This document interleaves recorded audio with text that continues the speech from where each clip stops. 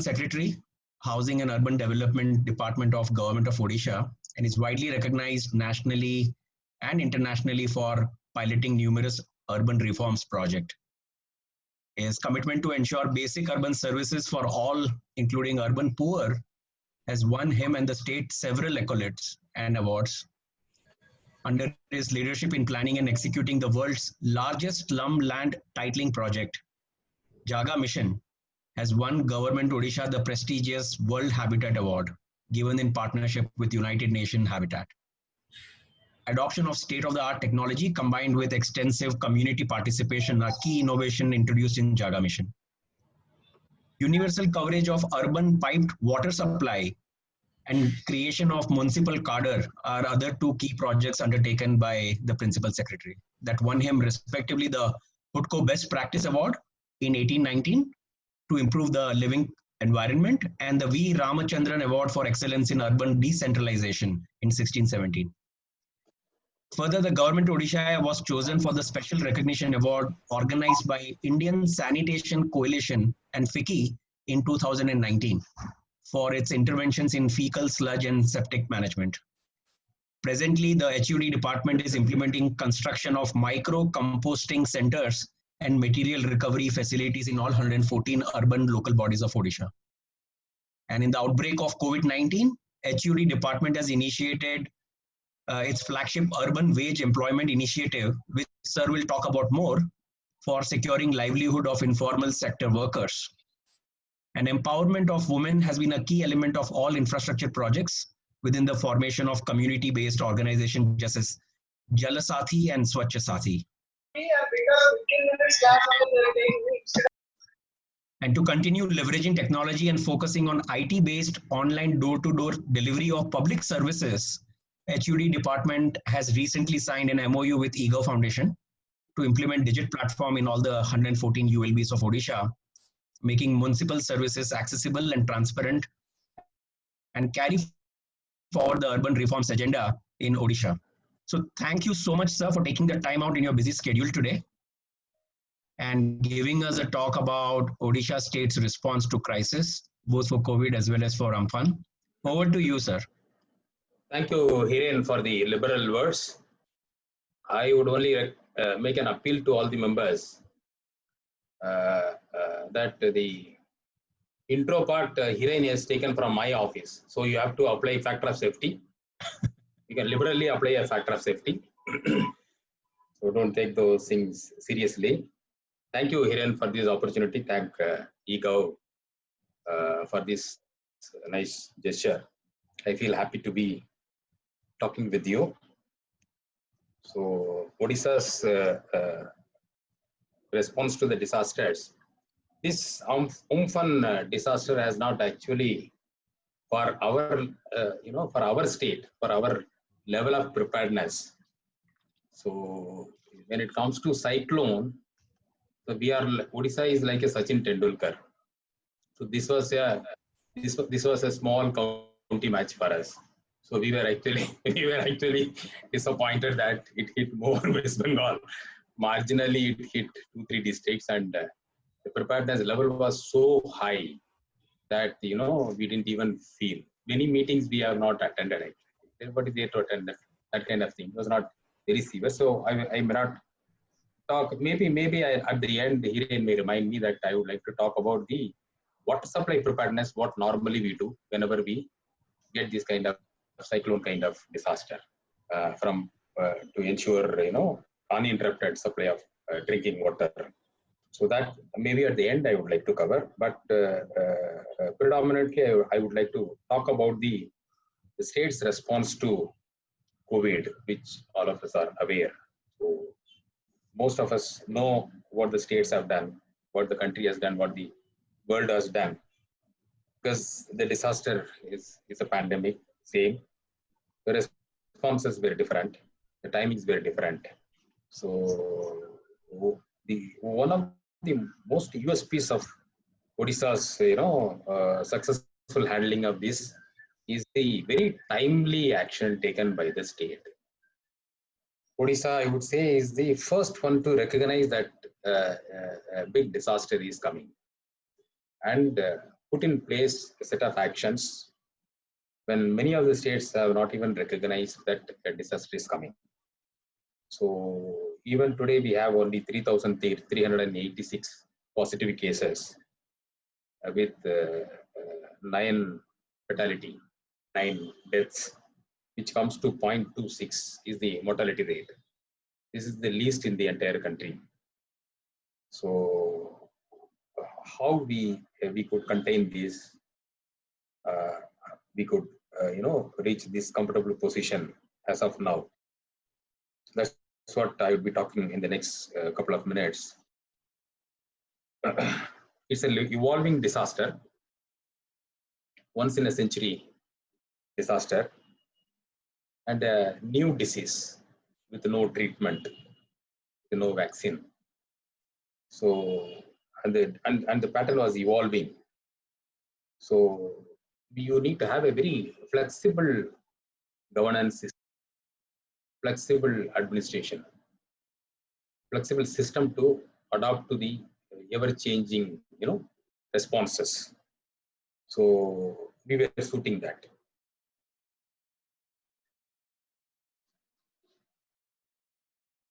In fact, we can categorize these phases into about 5 phases. January, February, we can say one phase where we were watching the TV reports, news, what is happening elsewhere in the world, what was happening in China, Wuhan, Iran, Italy. So that time we didn't expect that. We were not having COVID. Phase 2 is the March, before the lockdown period. What we have done, the pre-lockdown, the preparatory activities taken up by the state. Then starts the lockdown from 23rd March, lockdown 1.0, lockdown 2.0, lockdown 3.0, then the unlock 1.0, where currently we are in. So these are the phases. In fact, now we can categorize these into 5 phases. So 26 January to 29, we can say January, February, we were watching this, how it is unfolding in the rest of the world. March, February end, March beginning, we had a meeting at the CM's level. March 3rd. Correct. March first week, we had a meeting at the Honorable Chief Minister's level. We had you must remember that the lockdown started from March 23rd or 24th onwards. So I am talking about March, the first week. CM convened a meeting, and then we had a brainstorming session about the impending disaster, impending disease. So March 13th is a landmark date, watershed day we can say, that state cabinet met, had an emergency meeting and declared COVID-19 as a disaster, the first state in the entire country to declare COVID as a state disaster. Thereafter only Government of India declared that as a national disaster. Odisha was the first state to recognize this as a disaster and declared it. Cabinet decided and then invoked the provisions of the Disaster Management Act 2005. That's the impact of that. The declaring that as a disaster means you are invoking the Act, Disaster Management Act, and you get the powers to enable the state government to discharge various functions to handle the disaster. State cabinet sanctioned 200 crore, a lump sum to manage the disaster. As State Assembly was on, it was in session. Assembly was premature, closed, sine die, and Chief Minister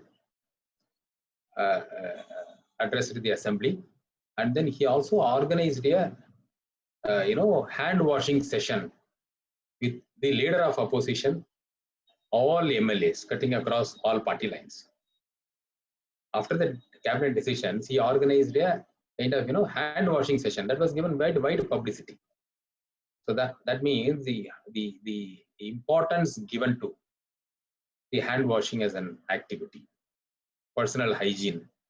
When CM does, along with the opposition leaders, the speaker, all MLAs washing hands in the assembly premises, and which is covered by media. The entire state watches that with surprise. What are they doing? Why they are washing their hands? What's happening? Then the message spreads to all. Then the awareness, that was the beginning of the awareness process. So after that, a series of awareness, campaigns have been taken up. The elected representatives were involved, not only assembly, not only MLAs, also the Zilla Parishad members, Panchayat Samiti members, Gram Panchayat Sarpanches and the ward members, chairperson of the urban local bodies, mayors, all of them.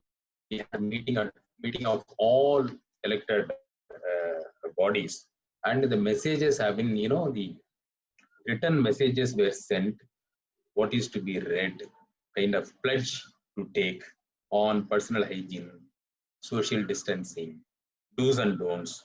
All those things have been done from March 13 onwards. Then we had the lockdown much before the government of India announced it, and the awareness efforts were taken up to the habitation level, village level, Gram Panchayat level, all urban local bodies. It was a very effective exercise done to create awareness, and then a number of social protection measures have been taken, advanced actions have been taken. The importance of the hospitals, health centers, and the health functionaries were recognized, and all the health personnel have been sanctioned salary.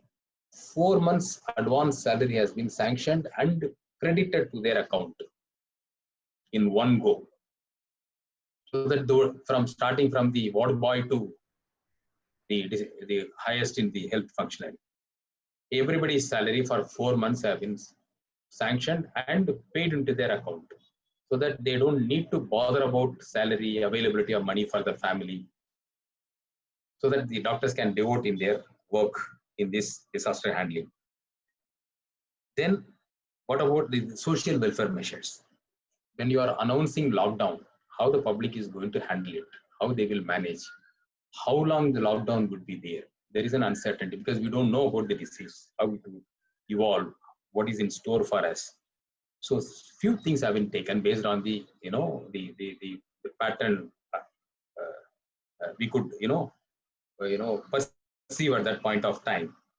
3 months the food grains were supplied to all the card holders. It comes to about 91% of the state's population were provided with food grains, dry ration, rice, dal, those kind of stuffs through the public distribution system network for 3 months. April, along with the March. March was the current one. Along with that current, advance April, May, June, 3 months rations were provided so that they don't need to bother about availability of foodstuffs. Then the pension for the social welfare pensions, social security pension, old age pension, widow pension, physical disability pension, all the pensions which are paid, every month. They are 3 months pension has been paid in advance along with the March. That means 4 months pension was, available at that point of time. Every panchayat was given 5 lakh rupees lump sum to create quarantine facilities. Quarantine requirement, all of us are aware. The quarantine centers are the temporary medical centers, which we call. So the need for creating those facilities have been identified, recognized much early. And all the panchayats, because since the numbers would be massive, your hospitals cannot handle, your health functionaries cannot handle. And since there is no treatment, only isolation is the treatment available. So isolation centers, for isolating people, quarantine centers were made ready. So all the panchayats were given the mandate to create as many bed capacity quarantine centers as possible. So if you see the numbers, and funds were allotted for that purpose, the number of quarantine centers, this concept is not there in many of the states. Many of the states, it's a home quarantine, or they stay in hotels or lodges. But here we created quarantine centers in the hostels, college hostels, Kalyan Mandaps, many public institutions. Those have been converted into quarantine centers with beds and other infrastructure. 17,597 temporary medical center, or we call them as quarantine centers, have been created all over the state. So we have about 6,800 gram panchayat in the states. So in those areas, and 114 urban areas, towns. So in all those things, 17,597 centers have been created, and the capacity created is 8.3 lakh people can be accommodated. That's the kind of capacity created. And till today, we're surprised to know 7 lakh people have already been quarantined. Our positive cases are only 3,300 something. But how many people have been quarantined? 3,386 cases only positive. But we have quarantined 7 lakh people. Majority of them are migrants who have come from other states. So that's the kind of preparation. Extensive physical infrastructure have been created. And COVID care center, COVID hospitals have been created COVID hospitals in all the 30 districts. So we were also very clear that when there is an emergency, every district should have a dedicated COVID hospital. You can't expect them to come to Bhubaneswar or Cuttack. They may not even survive the traveling hours. So every district was created newly. Almost 6,000 bed capacity COVID hospitals have been created. And the beauty is that in many of the places, we created the facility and partnered with private health sector, like private medical colleges, to run the COVID hospital, dedicated to COVID hospitals. The infrastructure is ours. Infrastructure includes including the ventilator, procured, set up with the guidance of the health functionaries, including the private medical colleges.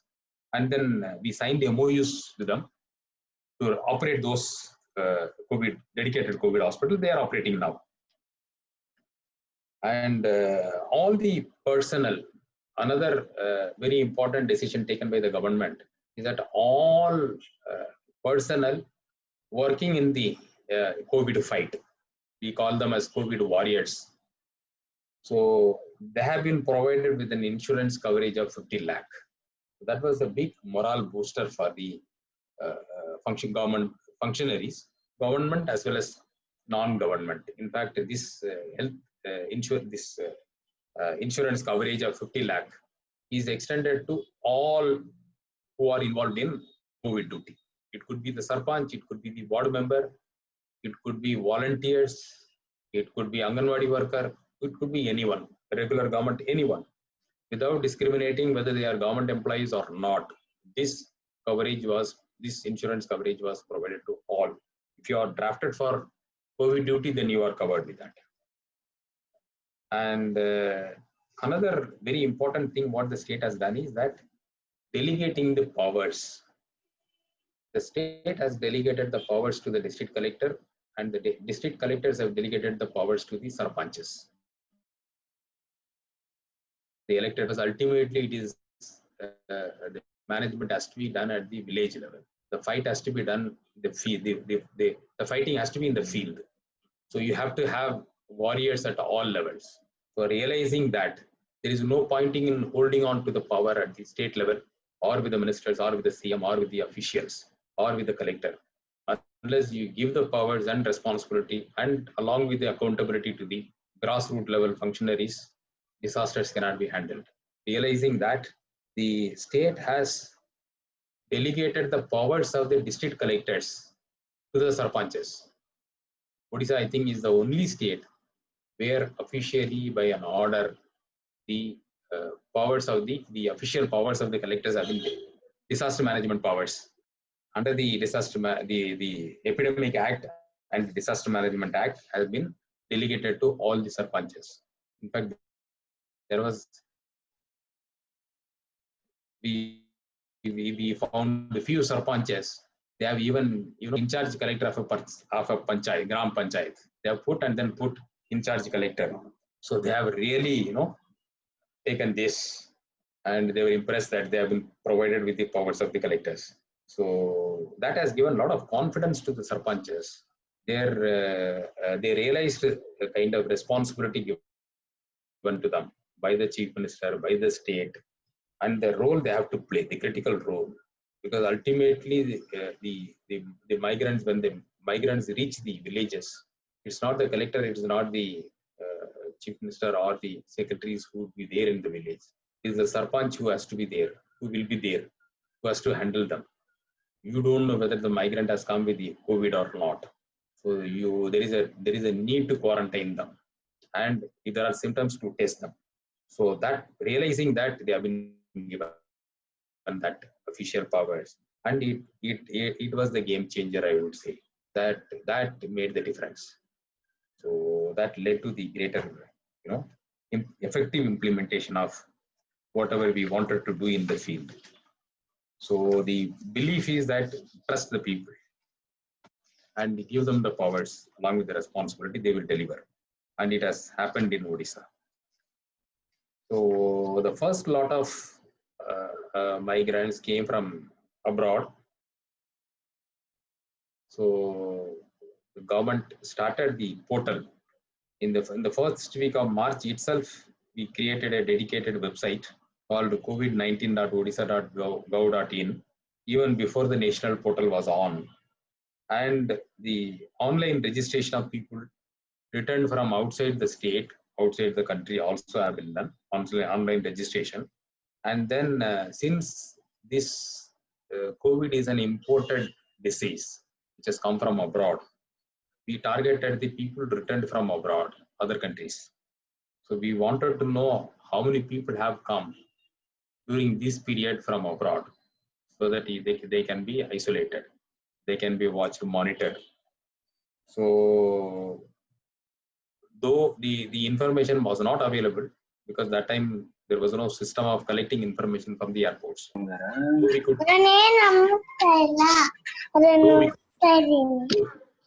So we could get some information, but we were not having all people who have traveled. So we came up with a incentive scheme. Honorable Chief Minister made an appeal to the public that whoever have come in the last 15 days from abroad, you are requested to, it's made mandatory to do the online registration or to call up the helpline to register themselves. And then a cash incentive of 15,000 rupees also was announced. It's also a first of its kind, where the state government has offered incentive to the people who volunteer to register, to disclosing that they have come from abroad. So they are potential COVID case. So then they have been quarantined, home quarantined, and then their health has been monitored. So that 15,000 incentive was a innovative approach. It was very successful. Lots of people have registered, and they have been kept in home isolation. That is how we initially, took care of the initial entry of the disease. During the lockdown, government has categorized the departments into critical, partially critical, and non-critical, and said that non-critical need not come to the office at all. Only for emergency purpose they will come. Partially critical, they'll come need-based. Only the critical departments, including health and family welfare, home, police, disaster management, urban administration, food and civil supplies. These are the critical linked to the essential activities. So they were working. All other departments were closed. All offices were closed. the lockdown was effectively implemented, and in fact there was a national survey of the effectiveness of the shutdown during the first shutdown period, and in that survey Odisha was ranked number one in the effectiveness of the clampdown. That was the national survey by an independent agency taking feedback from the public. So we did really well in the clampdown initial one. That is because of the very effective IEC campaign done, awareness created, starting from Honorable Chief Minister to everybody. We were on awareness creation mode. Every day Chief Minister was giving out messages, and we have also, there were lots of rumors going around, and the media was picking up lots of information, not very actually, so fictitious information. Lots of information were circulating in the social media, misleading informations. So people that time, the second wave of the problem came from the Delhi Nizamuddin returnees, that conference returnees. There were lots of apprehensions, lots of rumors floating around, creating communal hatred. So state has communication strategy. Every day 3:30, state has appointed Mr. Subrato Bagchi as the state spokesperson. So during this period, so he was mandated to meet media every day at 3:30, and for 1 hour he will brief the media. It was done on as a ritual, so that the media gets the right information from the government. So that was effectively utilized, and senior officials from various departments, they also joined Mr. Bagchi in addressing the media directly, going on live with the public. So the public, it has become a habit for the public to switch on the TV at 3:30 and listen to what the government has to say. So that helped the state. It was a very structured approach. And during the lockdown, state also has taken up a number of measures to ensure that the essentials are made available. There is no panic situation. There are no panic buying, and the underprivileged people are taken care of. They were not left high and dry. So realizing the plight of the underprivileged, the state immediately started free kitchen in all places, all urban local bodies, all wards, all gram panchayats, all villages. Funds were provided to the field level functionaries, and food was cooked and supplied to the people who were in need of it. Whoever wanted, they were given food. So cooked food was made available to the urban poor, rural poor, underprivileged. Whoever was in need of food was given to ensure that nobody is in hunger. So we utilized the self-help groups effectively. They cooked and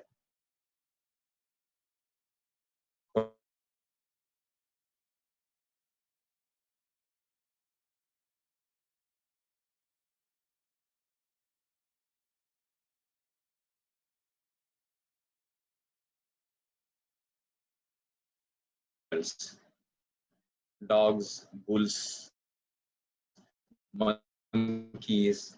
Generally, they feed on the leftover of the restaurants, hotels. When the restaurants and hotels are closed, what will they do? So they will go on hunger, and then they will go mad. They'll become eccentric. So they will behave, very erratically, violently. So realizing that, we started the stray animal feeding program in all the urban areas. This problem is actually acute in the urban areas, not in the rural areas. So in all urban areas, immediately we started a feeding program for the stray animals. So we partnered with the non-government organizations who work for animals generally. So we immediately scouted for them, we roped in them, and then we provided funding support to all, and then said that the entire urban area is divided into zones and sectors and given to them wherever they were operating. So they were given money and then responsibility with the passes and all. We said that you cook food and then you distribute to the animals. So they were taken care of.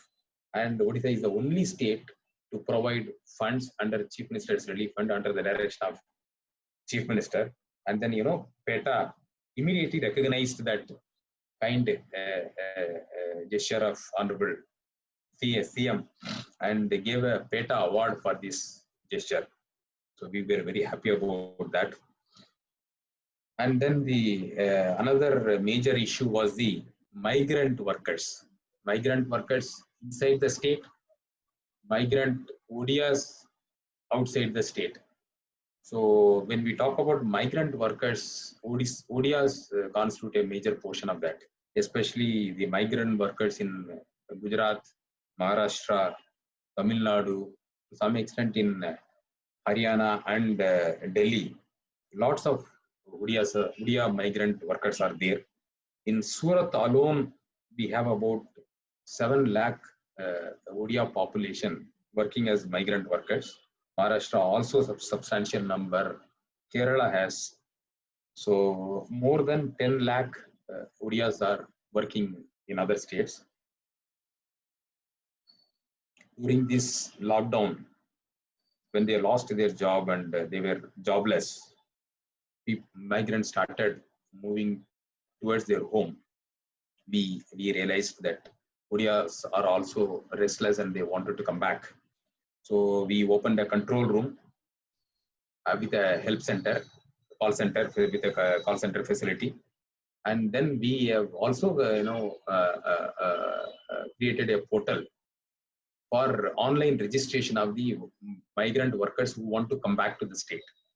So we registered so that we will get to know that where are they stranded, where are they now, which is their native place, to which place they want to come, when do they want to come, so that we can be prepared. It's not that we allow them to come because they may be potential COVID carriers.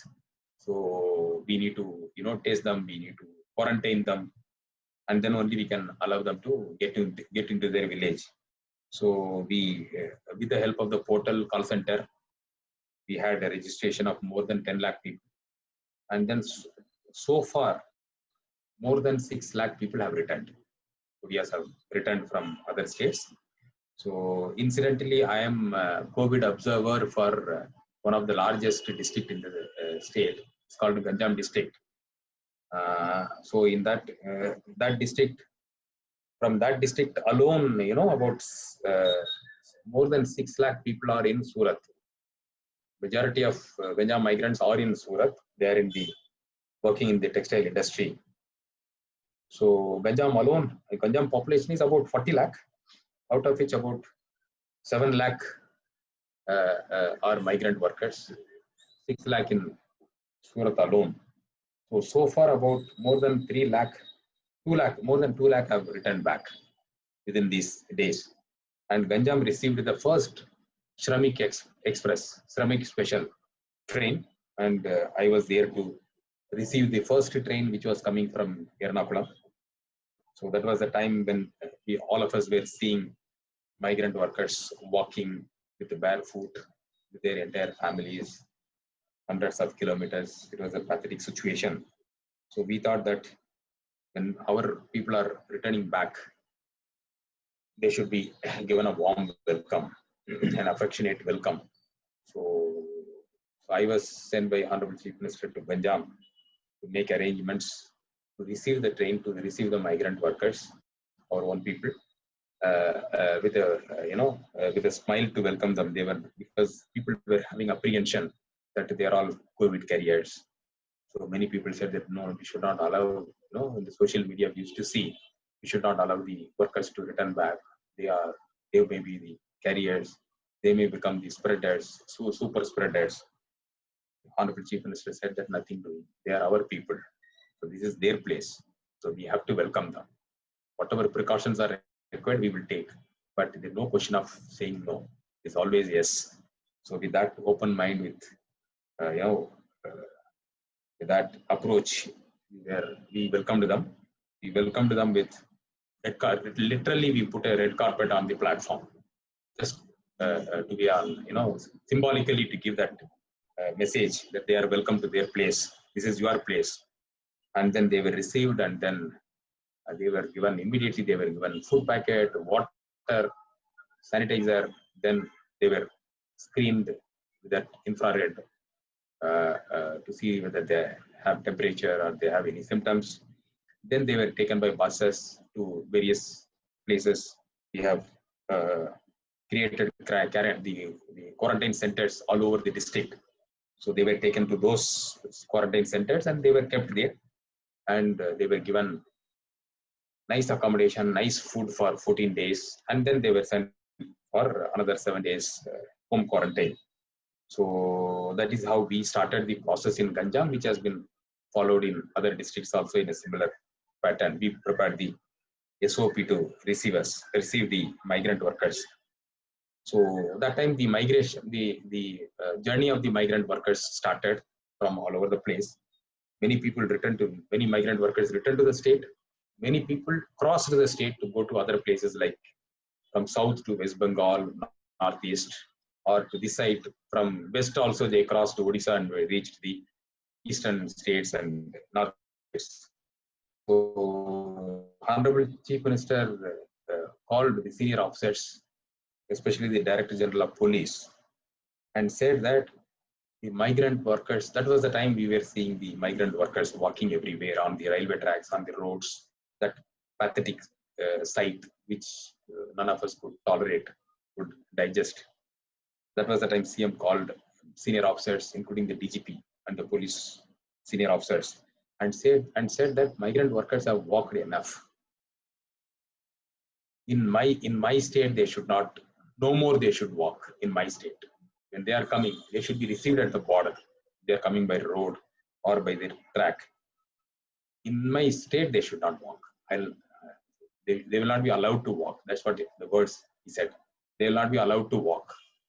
So he said that you create the facilities, requisition as many buses as you want, spend as much money you want from the Chief Minister's Relief Fund. You have a free hand. Make sure that they reach their home comfortably without any more walking. He said that this is also for the people who will cross the state to go to other states like West Bengal and other Assam and other northeastern states. So one of the major responsibilities for the DGP of the state was in the border, all the entry points, he had put up, what is it called, the center relief camps. The police have set up relief camps where food, water, stay arrangement, and toilets were created, and they were made to rest, and then their places were, their details were taken, and then transport arrangements were made with the help of the transport functionaries, and they were all sent to their respective places. That was one of the kind gestures of Honorable Chief Minister. So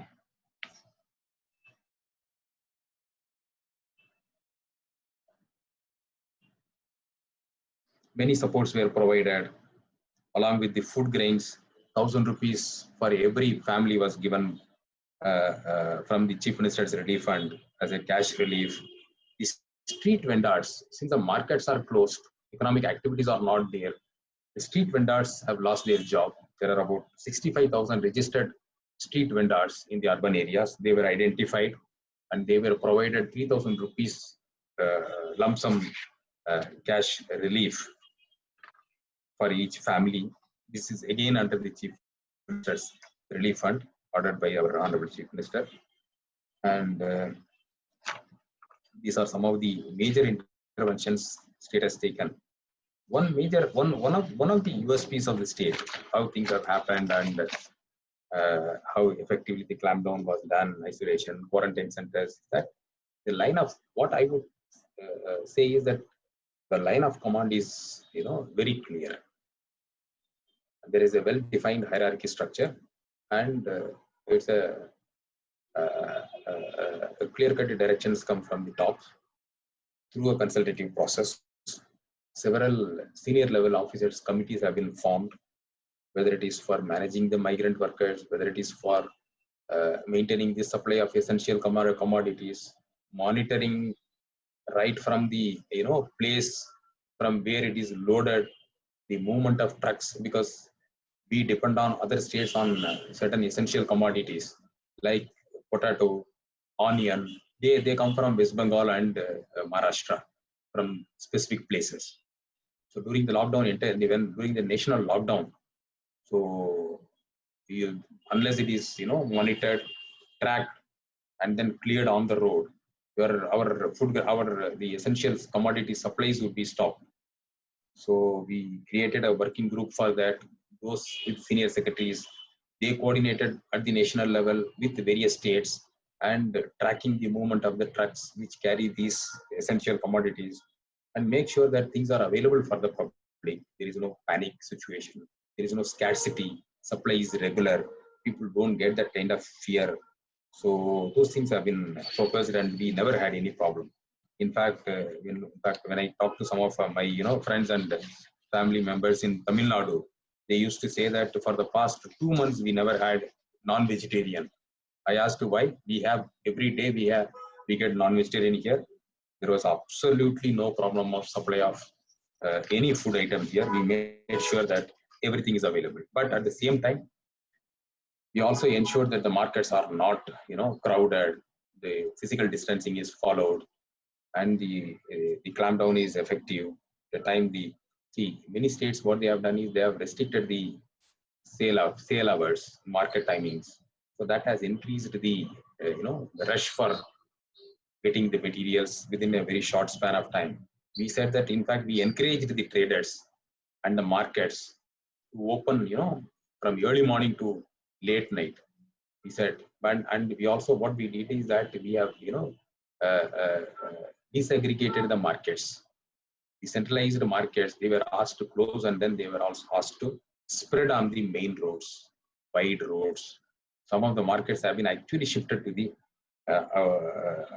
smaller areas, playgrounds, parks. They were all open, and then the shopkeepers were the vendors were asked to put up their shops there, just to distribute the public, so that there is no crowding, there are no congestion of people. So those kind of things have been taken. So during this lockdown, two categories of people we could not touch. Almost every segment has been identified, targeted, and then provided with relief. Two categories. One is the cycle rickshaw pullers. So since during lockdown, they also lost their business, but there was no database available of these cycle rickshaw pullers. So but we know that there are cycle rickshaw pullers, but how do we identify them in the lockdown period? Survey cannot happen. How do we ensure that the benefit goes to them? So though we wanted to support the cycle rickshaw pullers during this lockdown period, we could not do it. Another category of people which we wanted to do, but we could not do because of lack of sufficient information and inability to take up field work, is the hairdressers, barbers. So that category which has lost their livelihood during that clampdown period. That is another category which we wanted to support to augment their support system during that time. We could not provide any relief because there is no data or information available on that. So another important intervention which we have done is in the urban area. In the rural areas, Government of India has come up immediately with the implementation of the NREGA program, Rural Employment Guarantee Program. Unfortunately, there is no urban employment guarantee program for the unorganized sector or for the urban poor, unlike the rural counterparts. So except Kerala. In Kerala, they have a scheme, 10-year-old scheme, but it's not a very popular scheme there, but they have a scheme. So we thought that we need to have such a scheme, because during the clampdown, we don't know how long this clampdown will continue. Even if it is lifted, it would take very long time for the normalcy to come back, the economic activities to revive. So we need to support the urban poor who are in need of employment, who are dependent on the unorganized sector, informal workers, till their regular activity picks up. So we wanted to come up with a scheme during the lockdown period. We devised a scheme. It's called Urban Wage Employment Initiative. So by April third week, we notified within a month of the clampdown, we realized the need and then came out with a new scheme. This new scheme, it's called Urban Wage Employment Initiative, has been appreciated by Government of India, and then Government of India also has circulated this scheme to all states, advising them to come up with a similar scheme on Odisha model. The highlights of the scheme is that the people, urban poor people who are in need of a wage employment, can take up the work. The urban local bodies are required to implement several works in all the areas wherever there is a demand for this kind of work. We focused on, and for this purpose, we have earmarked 100 crore rupees, and then funds were provided to all the urban local bodies to take up these works quickly. There is no, since it's a emergency initiative, there is no time for tendering and following the process. It's a tenderless program. Estimate is done, and then urban local bodies execute this work. Here the beauty is that there is a provision called implementing partner. So it's a contractor-less program, contractor-free program. Normally, any work will have a contractor who makes a margin or his service charge, and he cuts cost here and there, and then it compromises on the quality of the work also. So here we decided that let us implement this program with full community participation. Let us have the community as our partner in implementing. So we came up with a concept called implementing partner in all these programs. So we have taken up the women self-help group. We have the state has a very strong, vibrant Mission Shakti group, women self-help group. They are federated at the panchayat level and the urban area level. They are federated. The area level federations, city level federations, is a very strong body. So they are taken as implementing partner. We also have slum areas. So in the slum areas, we have the Slum Dweller Association as a community institution. So in slum areas, when a work is taken up, the Slum Dweller Association is taken up as a implementing partner. So they will implement the work. The work order is given in the name of the assistant engineer or JE of the urban local body, and for every work there has to be an implementing partner. The local self-help group is taken as an implementing partner, and they engage the local people to work in this. The engineer prepares the plan and estimate, and then the urban local body procures the material, brick, sand, whatever is required for that, and then the self-help group engages the local people to work, and then work is implemented, completed, and then the work is measured and payments are made. So weekly payment system is introduced, no contractor, and the kind of work that can be taken up is very relevant. So since this program is implemented in the summer now, currently, we thought that we should take up activities, pre-monsoon activities, like, once the monsoon starts in June. So now actually in a couple of days, the monsoon would arrive anytime. So we get heavy monsoon in 3-4 months. So lots of urban areas will undergo urban flooding, localized flooding. So there is a need for desilting the stormwater drains, removing the silt, removing the deposit in the low-lying areas. So these works can be taken up, and then the clearing of the drainage channels. So covering the drainage, the pathways with the slabs. In many places the covers will be missing. Creating rainwater harvesting structure. During monsoon, we need to capture the rainwater. Normally, when it comes to rainwater harvesting, we think of the rooftop building. So actually, when we see that the rainwater that can be harvested from the rooftop is actually not more than 10%. The 90% of the rain falls on the open space other than the building. It can be the road, it can be the park, it can be the vacant land, it can be the playground.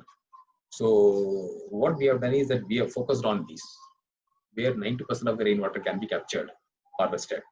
So construction of the rainwater harvesting structures, percolation tanks in the public premises, parks, playground, and other locations that we have signed an MOU with the Center for Science and Environment, Delhi, and with their help, we are implementing this in all the urban local bodies, constructing,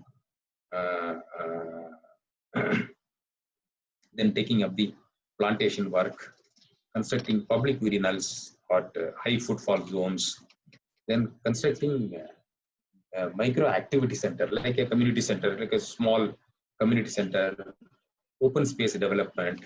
So these are some of the activities, constructing selfie points in the urban areas to provide public furniture there, to create a public plaza in that small public plaza for the people to sit and relax. In urban areas, the problem now is lack of space for the public to move around. There is no place where you can go and sit. Even the parks have the timings. Here in the state, we have opened up the parks. Of course, now during the lockdown, we are closed. Otherwise, in the state, morning 5 o'clock to night 9 o'clock, the parks would be open everywhere. So those kind of things we have done. And this scheme is this Urban Wage Employment Initiative is currently implemented. It's a big game changer here. So lots of encouraging reports are coming from the field that it's a super hit. Women self-help groups are implementing this with great enthusiasm, and they are now, becoming a contractor kind of thing. Now we may not even depend on the civil contractors for taking up the civil works. Many of our women self-help groups, Slum Dweller Association, will be training in this process to become our partners in implementing civil infrastructure. This would pave the way for future way of taking up urban infrastructure by the urban local bodies. Sorry to interrupt, sir. Yes, sir. I've come to the closing part of that, sir. All right, thank you, sir. This scheme we have implemented, we realized that for poor people, COVID is more than a health disaster. It's a life disaster. So it's not a disease; it's a kind of survival problem. So realizing that, the state has taken a number of initiatives, including this Urban Wage Employment Initiative, to ensure that the most vulnerable, deprived, disadvantaged, or their lives are taken care of, protected. So by and large, these are the things I wanted to share. If there are any questions. Thank you so much, sir. It's very impressive how Odisha, in the middle of this crisis, have thought through in a very well-rounded manner, caring about people right from migrants to even rickshaw pullers and everybody. So very impressive. I received the appreciation on behalf of the state. I was a spokesperson of the state. I just conveyed what the state has done. Yeah. So it's a teamwork. Absolutely, sir. Headed by our Honorable Chief Minister and Chief Secretary. It's amazing, sir. Thank you so much for your time. I know there will be a lot of questions, so maybe we have time for 3 or 4 questions to be taken. I myself have a lot of questions, but I'm going to hold my questions since I get to interact with you very often. So I'll leave the floor open. I know Bharat from Omidyar, I can see he has also joined. So anybody from eGov, Tata Trust or Omidyar, please feel free to ask your question.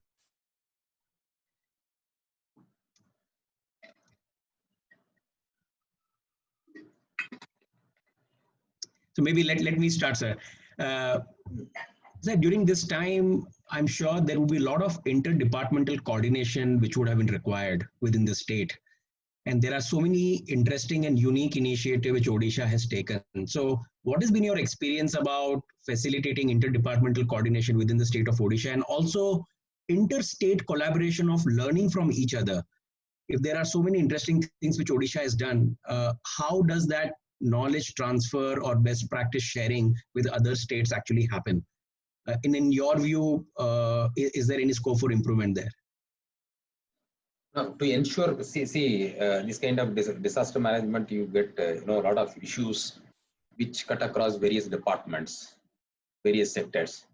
So there is a need for close coordination and to resolve the issues, to understand and resolve issues timely. So realizing that the government has officially notified several groups of secretaries.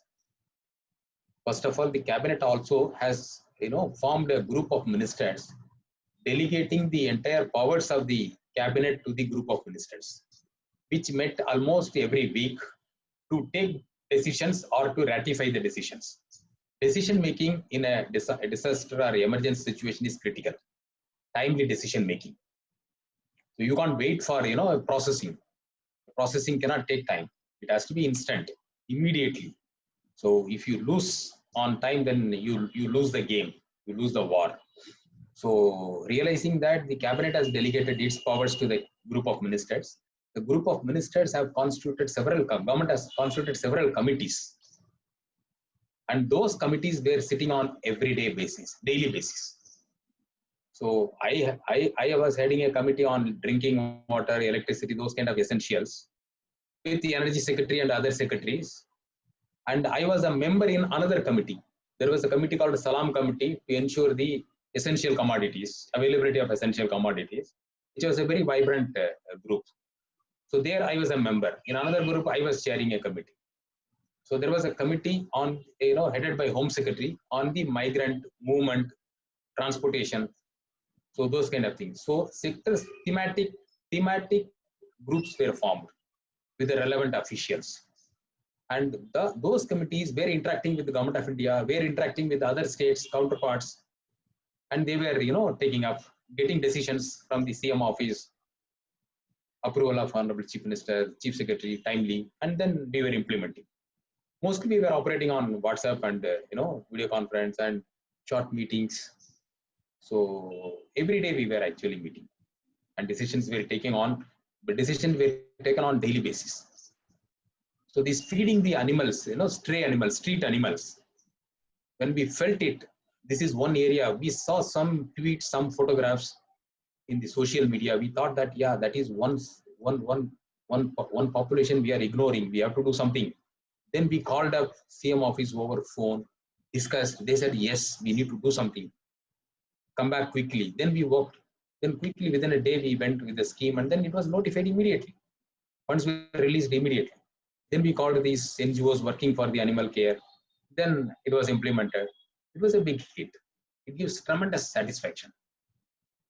So we have unfortunately, we have a very enabling, government structure here, system, which is very empathetic and understanding and supports. Very nice. Hiren, I had a question, if I may. Yeah, Bharat, please go ahead. Yeah, hi, sir. Thank you so much for sharing these details. Really wonderful to hear your talk as always. One thing I was curious about, I mean, you mentioned a lot of programs which are all really commendable. You mentioned the interministerial thing as well, which is really interesting. I wanted to understand, given the migrant crisis in particular that we've seen across the country, it's not just obviously an Odisha only problem. How are you thinking that's going to impact your urban agenda over the next, both the medium term as well as longer term? What kinds of things do you feel, what kinds of programs do you see yourself putting in place more in the medium to long term to address the needs of migrant workers in particular?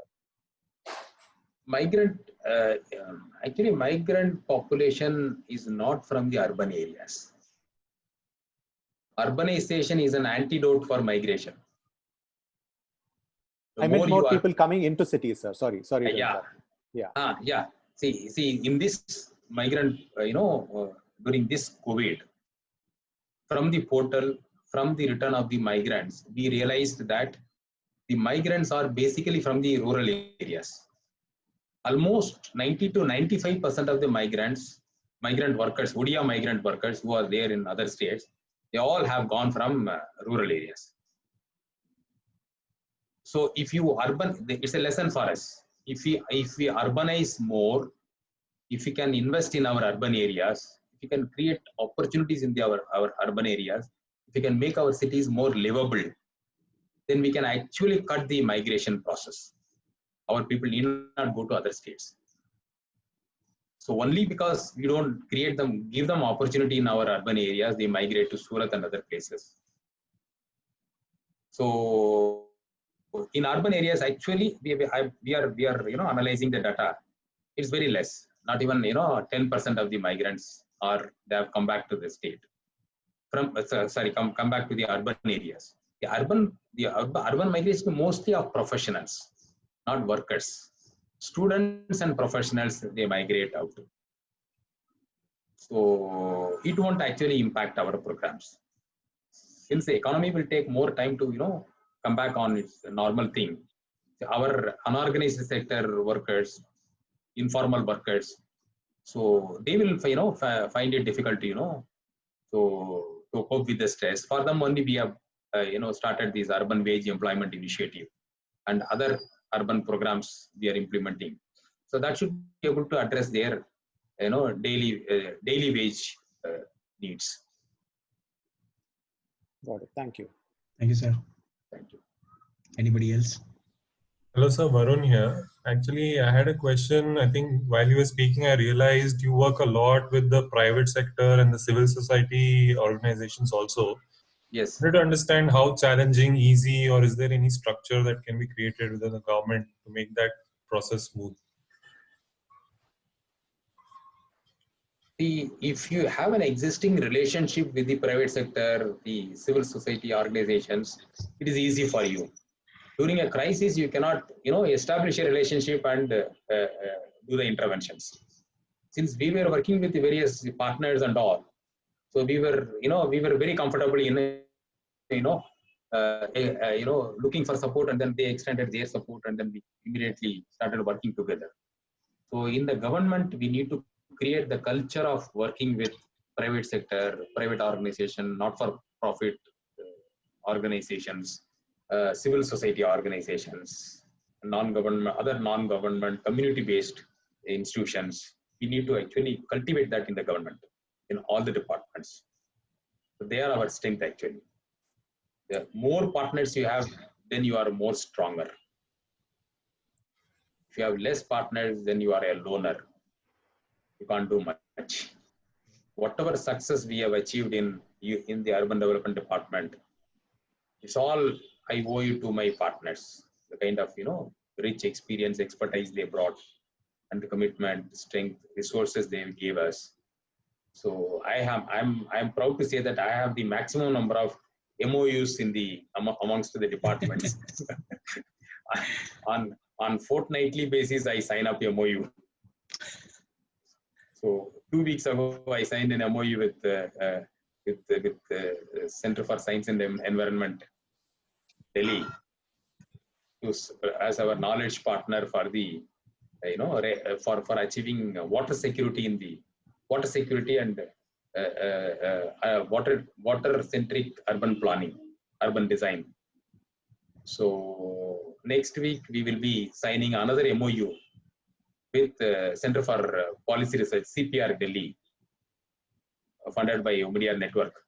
This is for achieving slum-free and slum-proofing the cities. The concept which is dear to me, I've been discussing with everyone. So how to achieve slum-free and slum-proofing. So we are having a MOU next week. So locally also we have lots of partners, local partners also. So every MOU will result in lots of partnership, state level as well as the ULB level partners. So partners are our strength. We need to increase the partnership. Great. We need to increase the team, basically. The team has to be diverse with lots of people from various, areas. We are proud to say that EGOW is our valued partner. Thank you, sir. I have one question here. Go ahead.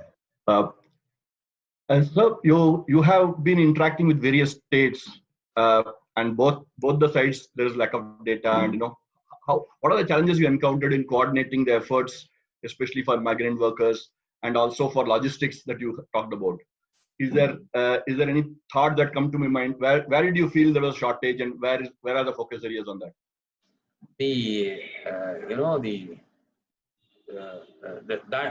The other state was not having data of the migrant workers. No state is having data. Was having data. Right. When we started this exercise, we realized that nobody has information about the migrant workers. How many people are there, city-wise? Where are they? What are they doing? From how long they are there? From which place they have come? No, we don't have. We have not captured that. So they are homeless there also. In wherever they are working, actually they are homeless. Almost like They are in slums and that place is not a recognized place, or they are with the industry or the companies, and they are actually a floating kind of nomadic kind of thing. So this is the first time we have captured the data. It was a online portal developed with the facility of the family registering as well as that migrant worker register. Anybody can register. The Aadhaar number and the mobile phone number is the the base for deduplication of that data. So now we could capture more than 10 lakh data of more than 10 lakh migrant workers, and we are adding more fields to capture their skill level, which company they were working, so how long they have been working, what is their level of skill, which are the areas they worked, so that helps us to devise a kind of skilling program wherever required. And then we can also try to find out some kind of employment generation program, some kind of link up, or that would help in future industrial development. Suppose if you want to create a textile cluster here, since we have about 2 lakh textile workers are today in Ganjam, so they are all working in the textile industry. And if you can create a textile hub in Ganjam, textile cluster in Ganjam, so then so with the cheap labor force available here, captive labor force, so we can create a great textile hub here. So there is an opportunity. The state is looking at it. Can I ask a question? Yes, sir. Hi, sir. Thank you for sharing this. This is wonderful and very inspiring. So my question is, usually, I mean, even if states wants to do so much, they're constrained by the funds they have available. And this is wonderful to see, like how much of preparation was there already to be able to support that and not feel the crunch on the funding side. And how was that possible, sir? Like, how did all of these funds were managed? The funds, the state has leveraged funds from the SDRF, State Disaster Relief Fund. Then Honorable Chief Minister also has been very liberal with the Chief Minister's Relief Fund. Oh. Very, very liberal. The 15,000 rupees given for the returnees from abroad for voluntary disclosure. That was the first thing CM said, that out of CM Relief Fund we will give. Then every migrant, that in fact I forgot to mention here, that every migrant worker who has been quarantined on return, not only that, 14 days they were provided with the free food, accommodation, all the facilities. They were given a kit, personal kit and all, with the brush, paste, soap, everything. For the it's a kit given to them. Not only that, at the end of the quarantine period, they are paid 2,000 rupees incentive, again from the Chief Minister's Relief Fund. The Chief Minister's Relief Fund, CM has the concept that CM Relief Fund is not, if it is not available for this, then what for it is there? What for it is created? Are we waiting for any more disaster to happen? So he was very, very liberal and very generous. So 2,000 rupees, that means 7 lakh, how many? 7 lakh people have already been quarantined. 7 lakh people into 2,000 rupees. Hiren, you are good at numbers. You have to tell how much. About 15 crores. Huh? About 15 crores. No. 150 crores then. No. Oh, 150 crores? Yeah, 150 Yes, crores. sir. Yes, sir. Okay. So that is to be paid. That is being paid. And then they are given very good food in the quarantine centers. So see, we realize that nutrition is very important. There is no treatment for COVID. What is important is the viral load and the immunity. These are the two things which are vital. So when it comes to immunity, your nutrition level and your health condition. These people already suffered for several weeks, right, traveling long distance, several hundreds of kilometers. So we realize that they should be given good food so that their health improves. They are in high spirits, and they are able to, even if they get COVID, they are able to manage that. So they are given food, excellent food is provided in the quarantine centers. Thanks, sir. Thank you Sir, so much, sir. Good evening, sir. This is Aravind here. Just 1 second, Arvind, just 1 second. Sir, I know we are holding you back. Are you okay for 5 more minutes, sir? Yeah, no issues. No problem. Okay. No, Arvind, go no ahead. problem. No problem. Feel free. Yes, sir. Thank you, sir. Thank you for Yes. spending your time, sir. Sir, Thank you. very inspiring and great to know some of the work, the kind of, detailed level planning that goes to managing this, and definitely this wasn't a county match, as you mentioned. So, sir, in terms of, this hit us without, any kind of warning, right? So how's your agenda for the next, let's say, 1 year or 2 years, post this? What are your changed priorities, or have they been identified? What would they be, sir? Some of them are easy, like employment or taking care of health, sanitation. So what are your top 3 or 4 priorities, sir? Health and sanitation is our top priority. Economic activities. What do we do with these 7 lakh people, the migrant workers? What will they do in the villages? So will they sit idle? Can they go back to, agricultural activities will now start. But these are all industrial workers. Will they go back to the agriculture field and start working? So we'll have that mindset to work in the field again. So what will they do? What do we do? So it's a challenging time. We are trying to increase the investment in the field, in the villages. Lots of schemes are being floated. Money is being pumped. In fact, the income of the state also has come down drastically. Revenue also have, in the last quarter, I'm against 6,000 crore targeted income. I think state has got only 500 crore. But there was no GST income. There was no sale.